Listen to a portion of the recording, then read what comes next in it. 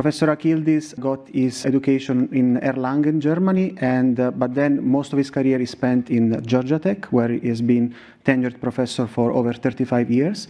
He is one of the world's most known experts in wireless communication. Shorter and more technical version is Internet of Things, and which the terminology I coined back in 2008 with my PhD students, and we did a lot of work the last almost 20 years. And I realized that there is a perfect communications paradigm in the nature about nanoscale machines, which I will present to you today.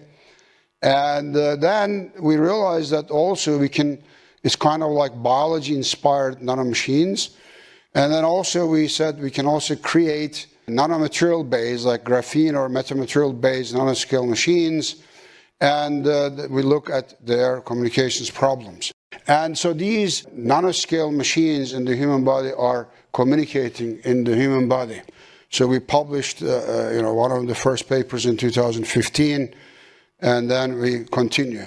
One is the nanomaterial-inspired nanoscale machines. You see there that like perfect computer, like all components like processor, antennas, memories, oxide, nanoscale batteries, and for the material, the graphenes. And then the other way is the bio-inspired, meaning can we create bio-inspired, meaning artificial molecules or artificial machines.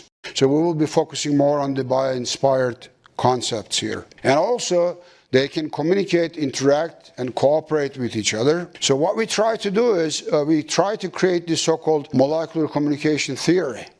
You have seen that, transmitter, receiver, like wireless communications. The question here is, can we create man-made, man meaning, human-made biological nanomachines? The answer is yes.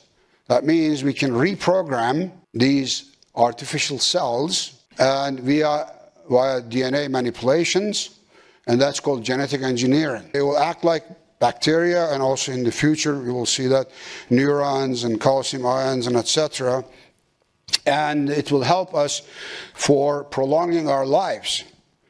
In fact, the mRNA, the COVID injection is exactly based on this idea. So all these fluids, right, there are nanoscale machines inside, right? Of course, some people may say it's also ethical or unethical, but that's not the point now. So that's really the future of the medical field. The journal saying what's going on now in this field.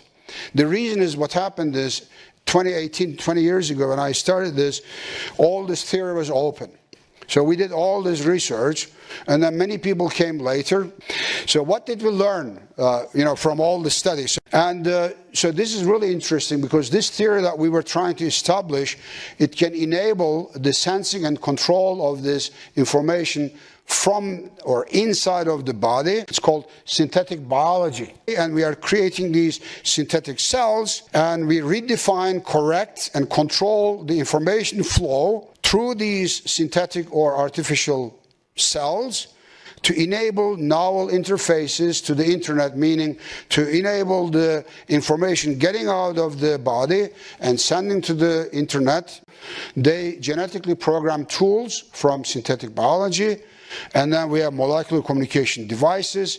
They're engineered microbes or human cells capable of pre-programmed behavior.